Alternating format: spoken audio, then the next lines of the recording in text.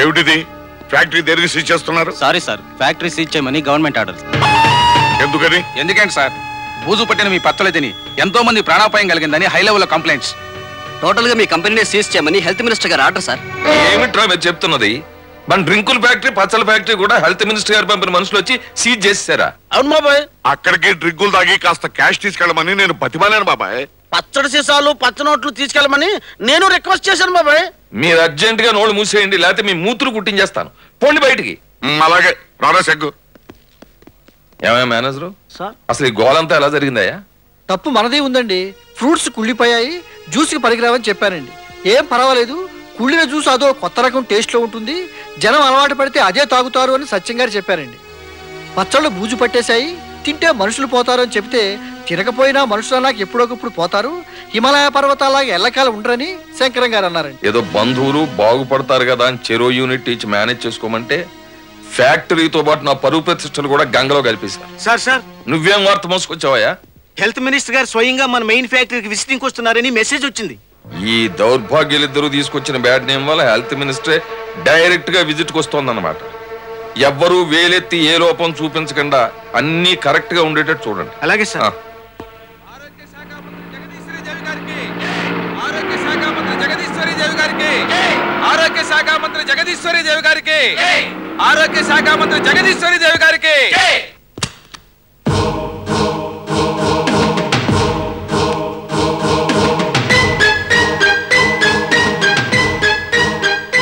స్వాగతం. ఆరోగ్య శాఖ మంత్రి గారికి సుస్వాగతం. మీరు మా ఫ్యాక్టరీ చూడడానికి రావటం మా అదృష్టం. మీ రాకతో మా ఫ్యాక్టరీ పావనం అయింది. మరీ అంత పొగడేయకండి. నేను ఇక్కడికి వచ్చింది నా కర్తవ్యం, నా బాధ్యత నెరవేర్చడానికి. మేడం గారికి పొగడ్తలంటే కిట్టవు అని అర్థం అవుతుంది. నాకు కిట్టనివి చాలా ఉన్నాయి. ముందు ముందు మీకే అర్థం అవుతుంది. ఫ్యాక్టరీ చూద్దామా? దయచేయండి.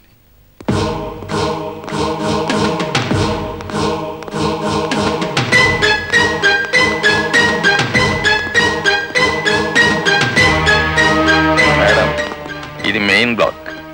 ఇది మా ఫ్యాక్టరీకి ఆయువు పొట్లాంటి. ఓ,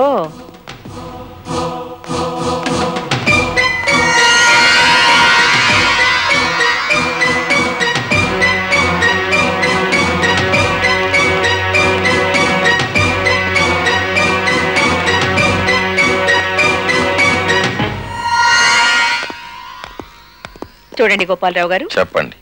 మీ ఫ్యాక్టరీ పూర్తిగా సందర్శించిన మీదట ఆనంద పరవశులైపోయారని, మా ఫ్యాక్టరీకి ఇంకా ఇంకా లోన్స్, ఇంకా ఇంకా గ్రాంట్స్ ఇవ్వాలనుకుంటున్నారని అని మీరు అనుకుంటే చాలా పొరపాటు. మీ ఫ్యాక్టరీ చూసిన మీదట నేను తీసుకోబోయే నిర్ణయం తెలిస్తే యాజమాన్యం వారు షాక్ అవ్వచ్చు. మేడం, ఏమిటి మీరనేది? చూడండి గోపాలరావు గారు, మీ ఫ్యాక్టరీ మెయిన్ బ్లాక్ లో నుంచి వచ్చే కాలుష్యం వల్ల ఇక్కడ పరిసరాలు, గాలి, నీరు కలుషితం అవుతున్నాయని మాకు రిపోర్ట్స్ వచ్చాయి.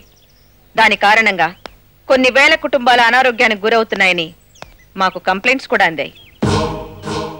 ప్రత్యక్షంగా పరిశీలించిన మీదట అది నిజమేనని అర్థమవుతోంది. అందుకే మీ ఫ్యాక్టరీ మెయిన్ బ్లాక్ క్లోజ్ చేయించడానికి ఆర్డర్స్ పంపడానికి నిర్ణయించుకున్నాను. మేడం, మీకు చాలా అన్యాయం. ఈ మెయిన్ బ్లాక్ క్లోజ్ చేస్తే మా ఫ్యాక్టరీ ఎందుకు పనికిరాదు. మీ ఫ్యాక్టరీ కంటే ప్రజల ఆరోగ్యమే నాకు ముఖ్యం గోపాలరావు గారు. మేడం, ఎస్, మీ నిర్ణయాన్ని మార్చుకోరా మేడం? మార్చుకునే నిర్ణయాలు నేను అసలు తీసుకోను. నా గురించి మీకు పూర్తిగా తెలియదనుకుంటా. నాకు సీఎం లెవెల్లో కూడా ఇన్ఫ్లుయెన్స్ ఉంది. నేను తలుచుకున్నదేదో నేను చేస్తాను. ఆ తర్వాత మీరేం చేయదలుచుకున్నారో అది చేసుకోండి.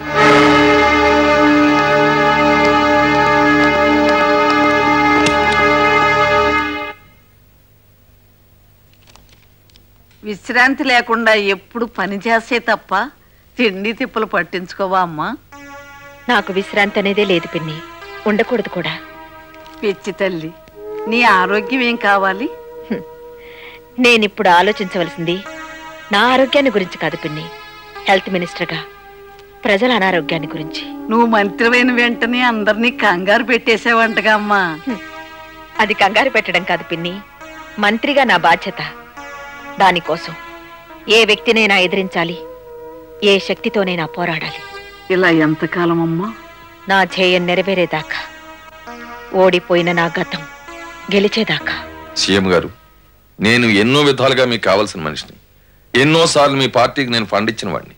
ఈ విషయంలో మీరు నాకు సాయం చేయకపోతే నాకు బోలే నష్టం వస్తుంది, పైగా పరువు కూడా పోతుంది. మీరేం కంగారు పడకండి గోపాలరావు గారు, నేను మాట్లాడతాను.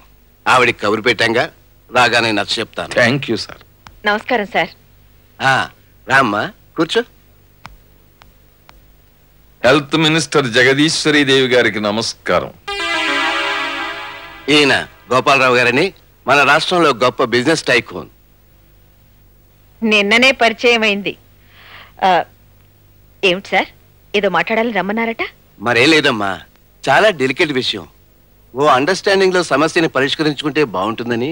ఏ విషయాన్ని గురించి మీరు చెప్పేది? అదేనమ్మా, మన గోపాలరావు గారు పరువు ప్రతిష్టలు గల పెద్ద మనిషి. అంతేకాదు, మనకి మన పార్టీకి కావాల్సిన వ్యక్తి. ఆయన ఫ్యాక్టరీలో మెయిన్ బ్లాక్ మూయించేస్తే ఆయనకి కొన్ని కోట్లు నష్టం. ఆయన నష్టపోయే కోట్ల కంటే, మనకొచ్చే ఓట్ల కంటే ప్రజల ప్రాణాలే విలువైనవని నా అభిప్రాయం సార్. అది సరేనమ్మా, కానీ ఈ సమస్య ఇవాళ కొత్తగా వచ్చిందేం కాదు కదా. ఎన్నో ఏళ్ల బట్టి ఈ ప్రాబ్లం ఉంటూనే ఉంది. ఎన్నో ఏళ్లుగా ఉంది గనక, ఇంతకు ముందు అమ్ముడుపోయిన మంత్రులు పట్టించుకోలేదు గనక ఆ సమస్యను నన్ను కూడా పట్టించుకోవద్దు అంటారు. చూడమ్మా జగదీశ్వరి, పదవిలో ఉన్న మనిషికి పట్టు విడుపు ఉండాలి. మన వాళ్ళని కాస్త చూసి చూడనట్టుగా. నేను ఒక హెల్త్ మినిస్టర్ మాత్రమే కాదు సార్, ప్రజల ప్రాణాలు కాపాడే మెడిసిన్ చదివిన ఒక డాక్టర్ని కూడా. ఎంతో మంది ప్రజలకు హాని కలిగించే వీరి ఫ్యాక్టరీ విషయంలో నేనేమీ చేయలేను. I'm sorry sir. ప్రజల ప్రాణాల గురించి అంత సీరియస్ గా తీసుకుంటే ఎలా మేడం? సెకండ్కి 40 మంది పుడుతూ ఉంటారు, 25 మంది చస్తూ ఉంటారు. ఆ 25 మందిలో మీ భార్య బిడ్డలు ఉన్నారనుకోండి, అప్పుడు కూడా మీరు ఇలాగే మాట్లాడతారా? చూడమ్మా, ఓ సీఎం గా పార్టీ నాయకుడిగా నేను చెప్పేది నువ్వు అర్థం చేసుకోవాలి. పార్టీ నాయకుడైనా సరే, దేశ నాయకుడైనా సరే, ప్రజల క్షేమం కోరి ఏం చెప్పినా చేస్తాను సార్. అంతేకాని ఈ గోపాలరావు గారు లాంటి సోకాల్డ్ పెద్ద మనుషుల్ని వెనకేసుకొచ్చి చెప్తే నేను వినను సార్. మీరు పార్టీకి నాయకులైనట్టే నేను ప్రజలచే ఎన్నుకోబడ్డ ప్రతినిధిని. నేను ఈ పదవిలో ఉన్నది అన్యాయాల్ని, అక్రమాల్ని చేయడానికి కాదు సార్. జగదీశ్వరి దేవి, నన్ను పూర్తిగా చెప్పనివ్వండి సార్. ఒకనాడు గవర్నమెంట్ హాస్పిటల్లో మామూలు డాక్టర్గా పనిచేసిన నేను అక్కడ జరుగుతున్న అవినీతిని, అక్రమాల్ని ఎన్నో చూశాను. డబ్బు కోసం వాటిని సమర్థించే అధికారులను చూశాను. పేదవాడి రక్తాన్ని, ప్రాణాన్ని అమ్ముకుని సొమ్ము చేసుకునే అవినీతి పనులు చూశాను. వాటికి రాజీ పడి తల వంచి పనిచేసే డాక్టర్స్ ను చూశాను. అది చూసి భరించలేక, సహించలేక ఎదిరించాను. ఒక మామూలు డాక్టర్గా ఏమీ చేయలేనని తెలుసుకున్నాను. రాజీనామా చేశాను. అధికారం ఉంటే తప్ప అన్యాయాన్ని ఎదుర్కోలేనని, పదవి ఉంటే తప్ప పేద ప్రజలకు న్యాయం చేకూర్చలేనని తెలుసుకున్నాను.